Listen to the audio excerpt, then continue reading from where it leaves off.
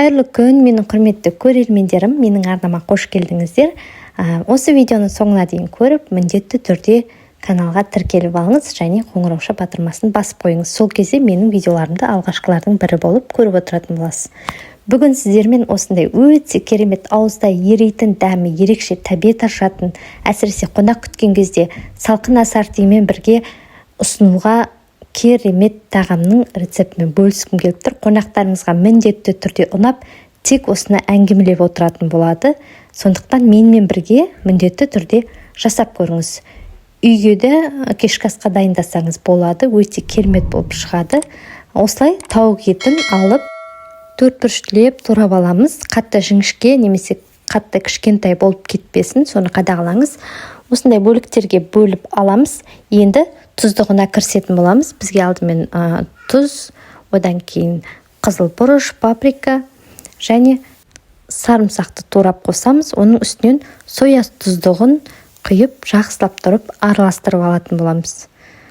Енді осыны тоңазытқышта 5-6 сағатқа қойып қоямыз. Әрине өзіңіз қалаған дәмдеуіштерді де қоссаңыз болады. Мен осылай тұздадым. Тоңазытқышта тұрған кезде тұзы жақсылап сіңіп, жұмсарып, керемет болып дайын болатын болады. 5-6 сағат тоңазытқышта ұстағаннан кейін осылай үстінен майонез қосып, жақсылап тұрып араластырып аламыз. Және шпажкаға түйреген кезде арасына сәндік үшін тәтті бұрыш, яғни болгар бұрышын қолданатын боламыз. Мен қызыл түсін қолдандым. Енді шпажкаға түйреп жинақтайтын боламыз. Міндетті түрде видеода көріп тұрғандай етті көлденеңнен емес, ұзынынан түйреуге тырысыңыздар. Сол кезде айналасына жалбырап түспей, жинақы тұратын болады. Соған мән беріңіз. Сіздерге түсінікті болу үшін 2-3 рет түйреп көрсеттім. Жақсылап қарап алыңыз. Бұрышты осылай арасына 3-ден кейін немесе 4-ден кейін чередовать етіп түйреп отырсаңыз болды.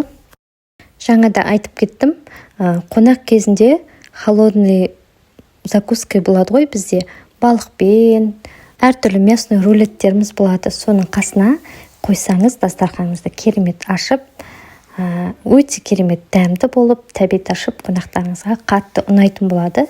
Сіз де осыны жасап көріңіз, сол кезде өзіңіз де көресіз, барлығына сөзсіз ұнайтын болып шығады. Әсіресе қыстың кезінде кәуапты сағынып жүрген кездерде қонақтыққа қойсаңыз өте керемет болып, дастарханнан шықпай қалады.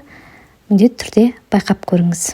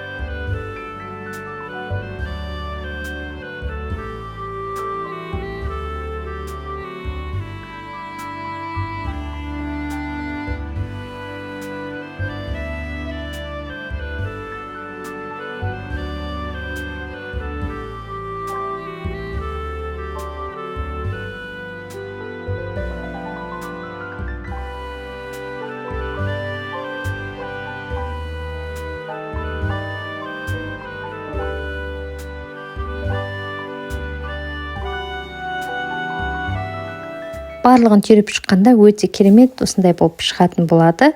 Осыны енді 180 градуста 30-40 минуттай пісіріп аламыз. Енді тұздығына кірісеміз.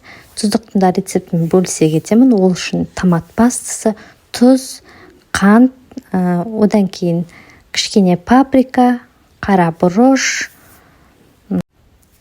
және пиязымызды саламыз.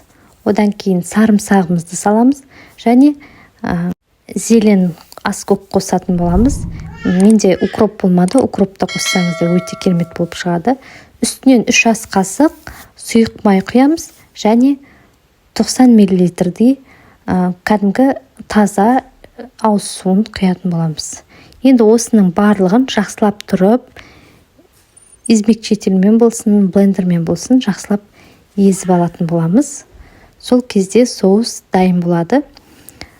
Бұл соус етке арналған, өте свежий, керемет болып тұратын, тәбет ашатын соус болып шығады. Осы кішкентай ғана кәуаптарымыз міне осындай түске боялып, өте әдемі болып дайын болды. Міндетті түрде жасап соуспен бірге пайдаланып көріңіз. Сізге де сөзсіз ұнайтынына мен сенімдімін. Видеода көріп тұрғандарыңыздай, міне соусымызда өте әдемі болып шықты. Иісі бұрқырап тұр. Барлық свежий заттармен, жаңағы петрушкамыз бар, пиязымыз, сарымсағымыз бар. Бәрін дәмі үйлесіп өте керемет болып тұр. Міне етке өте керемет үйлесетін соус. Осылай батырып жесеңіздер өте дәмді болып шығады. Қонақтар да бұны керемет бағалайтын болады. Міндетті түрде жасап көріңіз. Видеоның соңына дейін көріп, міндетті түрде лүпіліңізді, пікіріңізді қалдыра кетіңіз.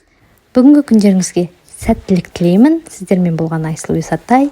Келесі видеоларда жолыққанша.